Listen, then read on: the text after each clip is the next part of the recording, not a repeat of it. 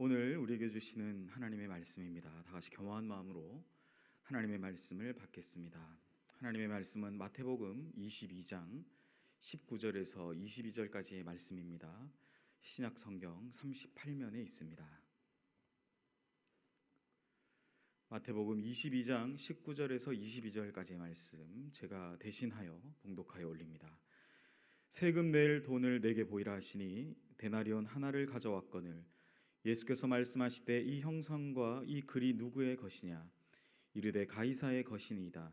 이에 이르시되 그런즉 가이사의 것은 가이사에게 하나님의 것은 하나님께 바치라 하시니 그들이 이 말씀을 듣고 놀랍게 여겨 예수를 떠나가니라. 아멘. 오늘 주신 본문의 말씀으로 하나님의 것은 하나님께 라는 제목의 하나님의 말씀을 증거하겠습니다. 하나님의 사랑하는 우리 연희교회 성도 여러분, 주님의 이름으로 사랑하며 축복합니다. 하나님의 평안이 저와 여러분 또 우리 모든 가정에게 가득하시기를 주님의 이름으로 간절히 축복합니다. 연신 밀어 닥친 듯한 이 코로나 바이러스의 광풍으로 인해서 이제는 전 세계가 몸살을 앓고 있습니다. 수많은 사람들이 이번 일을 통해서 늘 그렇게 그 자리에 있을 것이라고 생각했던 그러한 일상들이 많이 무너지고 있습니다. 그 일상의 무너짐은 곧바로 그 일상의 삶을 살았던 우리 모두의 아픔과 고통으로 다가오고 있는 현실입니다. 고통하며 고민하며 살아가는 이 시간을 우리가 어떻게 보내야 하는지를 참 고민하게 되는 그러한 상황입니다. 저도 이번 일을 통해서 참 여러 가지 생각에 잠기게 되었습니다. 왜 이런 일이 또 이 일이 왜 이렇게 계속되는가라는 생각들이었습니다. 그러나 그러한 고민과 생각 속에서도 우리는 모두는 저를 비롯한 우리 모두는 하나님께서 우리를 향한 생각과 그 마음을 깊이 다시 한번 느껴보아야 할 것입니다. 하나님 도대체 왜 이런 상황이 계속됩니까? 라는 질문 속에서도 우리는 원망과 불평이 아닌 하나님의 뜻을 구하며 기도하며 엎드리며 나아가는 저와 여러분이 되어야 할 것입니다. 또한 우리 모두가 하나님께 속한 자임을 반드시 오늘 이 코로나 사태를 통하여 우리는 분명히 깨달아야 될 줄 믿습니다. 오늘 바리새인들은 예수님께 한 가지 질문을 시작하면서 오늘 말씀을 시작합니다. 이들은 예수님을 궁지에 몰아놓고자 묻고 있다라는 사실이죠. 22장 15절에 이렇게 이야기합니다. 이에 바리새인들이 가서 어떻게 하면 예수를 말의 올무에 걸리게 할까 상의하고 라고 성경은 기록합니다. 여기서 바리새인들이 예수님을 향하여 걸고자 했던 말의 올무에 사용된 이 올무라는 뜻은 헬라어로 파기스라는 뜻인데 이 파기스는 덫, 함정, 올가미와 같은 뜻으로 쓰이며 덫을 놓다, 덫 안으로 유혹하다라는 뜻을 가지고 있습니다. 그러니 바리새인은 예수님 스스로 내뱉은 말을 통해서 스스로 넘어지게 하려는 사악한 의도를 가지고 접근했음을 알 수 있다라는 것이죠. 우리 모두가 언어, 우리 말이라는 것을 사용하며 살아가죠. 어떤 말을 하는가가 그 사람의 존재 자체를 증명한다라고 우리는 생각합니다. 본문의 예수님의 언어와 바리새인의 언어의 차이점을 우리는 살펴보아야 할 것입니다. 먼저 우리가 말씀을 통해 보았지만 바리새인의 언어는 사람을 올무에 걸고 그 덫에 빠뜨리게 하는 그러한 말이었다라는 사실입니다. 어떻게든지 그가 스스로 했던 말에 의해서 넘어지게 하려는 것. 그래서 스스로 그를 내버려 두는 것이 아니라 바리새인들은 자신들이 어떻게 하든지 말의 덫에 예수님을 잡아 넣으려고 하는 그러한 언어를 사용했다라는 사실이죠. 17절 살펴보면 예수님을 스스로 넘어뜨리려는 바리새인의 그 언어가 담겨져 있습니다. 그러면 당신의 생각에는 어떠한지 우리에게 이르소서. 가이사에게 세금을 바치는 것이 옳으니까 옳지 아니하나이까 하니. 사랑하는 여러분, 바리새인의 악한 의도는 예수님을 스스로 넘어뜨리게 하는 그러한 의도였다라는 사실입니다. 그것은 한나의 질문이었습니다. 가이사라고 말하는 그 당시의 로마의 황제에게 우리가 세금을 내는 것이 마땅한가? 가이사는 그 당시의 로마의 황제로 그에게 세금을 바치는 것은 로마에 속한 또 로마의 시민이라면 마땅히 해야 될 당연한 의무였습니다. 그러나 가이사에게 세금을 바쳐야 한다라고 대답하면 당신의 식민 지배를 받던 유대인들에게 지탄을 받을 것이고, 세금을 바치지 말아야 한다고 대답한다면 오히려 로마의 반란자가 되기 때문에 사실 바리새인이 했던 이 질문, 가이사에게 세금을 바치는 것이 옳습니까? 아니면 옳지 않습니까? 라고 말하는 그들이 질문한 이 질문은 이랬든 저랬든 사악한 의도라는 사실입니다.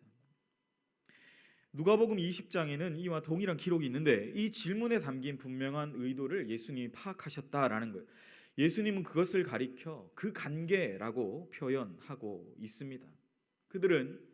바리새인들은 그 관계를, 이 질문을 함으로써 그 관계를 사용함으로 예수님을 그 수렁에 빠뜨리려고 했다라는 사실이죠. 사랑하는 여러분, 예수님을 충동질하는 것, 그것이 바리새인들의 질문이었습니다. 예수님이 어떤 대답을 하시든 간에 예수님에게 해를 가하는 그러한 악한 의도가 담겨져 있다라는 사실이죠. 예수님은 어떻게 대답하셨을까요?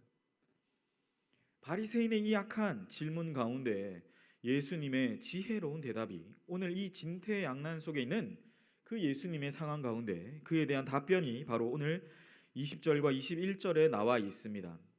예수께서 말씀하시되 이 형상과 이 글이 누구의 것이냐? 이르되 가이사의 것이니이다 하매, 이에 이르시되 그런즉 가이사의 것은 가이사에게, 하나님의 것은 하나님께 바치라 하시니. 참으로 놀라운 대답 아닙니까?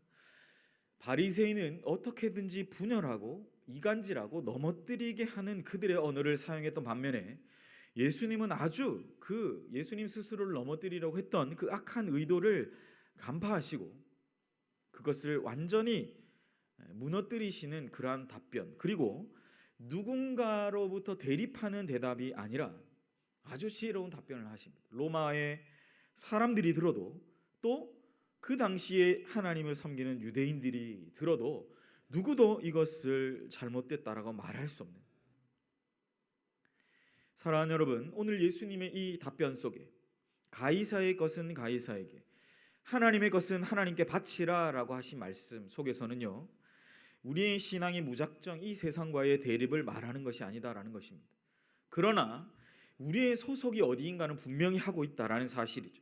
만약 예수님께서 세상과의 대립만을 이야기하셨다라면 가이사의 것도 가이사의 것을 바치지 말아라 라고 말씀하셨을 거예요.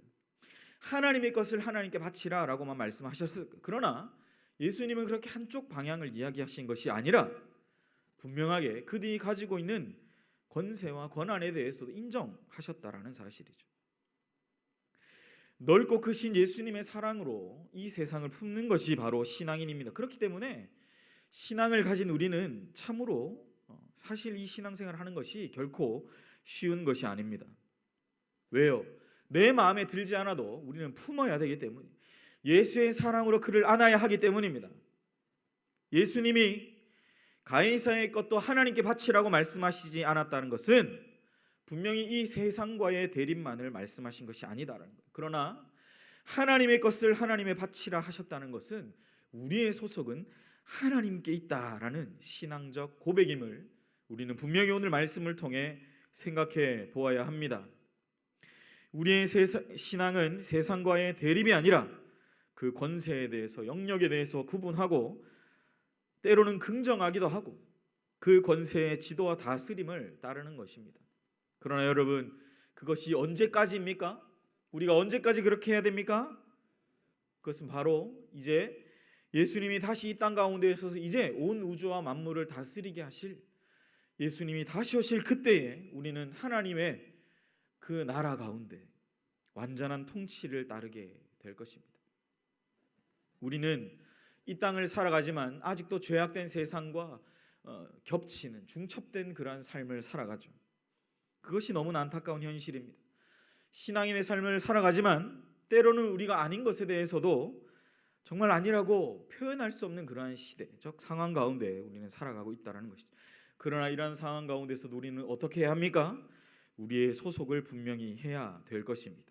바로 오늘 주님이 우리에게 하신 이 말씀, 하나님의 것은 하나님께 바치라 라는 이 말씀의 뜻을 분명히 생각하시면서 우리의 귀한 신앙의 삶을 살아가시는 복된 저와 여러분 되시기를 주님의 이름으로 간절히 축복합니다. 우리의 신앙은 세상과의 대립이 아니라 권세에 대해, 영역에 대해 구분하고 때로는 긍정하고 그 권세의 지도와 다스림을 받으며 살아갑니다. 우리의 진정한 신앙의 고백대로 가이사의 것과 하나님의 것이 구분되고 또한 우리의 소속과 우리의 속한 것이 어디인지를 분명하게 생각하며 나아가는 우리의 신앙, 우리 모두가 되시기를 주님의 이름으로 간절히 축복합니다. 사랑하는 연희교회 성도 여러분, 하나님의 것을 하나님께 드리며 나아가는 은혜가 있으시기를 소망합니다. 또한 우리의 일상이 무너졌다라고 해서 세상의 많은 사람들이 우리를 향하여 손가락질하고 또 세상의 많은 사람들이 우리를 향하여 비난의 목소리를 낸다 할지라도 우리는 결코 우리의 신앙이 무너지지 않으시기를 간절히 바랍니다. 우리가 어느 곳에서라도 교회와 성도를 생각하면서 서로를 위해 기도하면서 또 하나님께 우리의 것을 드리며 나아가시는 우리 귀한 신앙인들 되시기를 축복합니다. 또한 또 그 신앙 안에서 서로 우리 예배의 자리에서 우리가 다시 뵙게 될 날을 소망하며 또한 기도하며 엎드리며 또 이 하루를, 이 수요일 하루를 주님 앞에 올려드리는 복된 우리 귀한 연희교회 주님의 백성들 되시기를 간절히 축복합니다. 기도하겠습니다.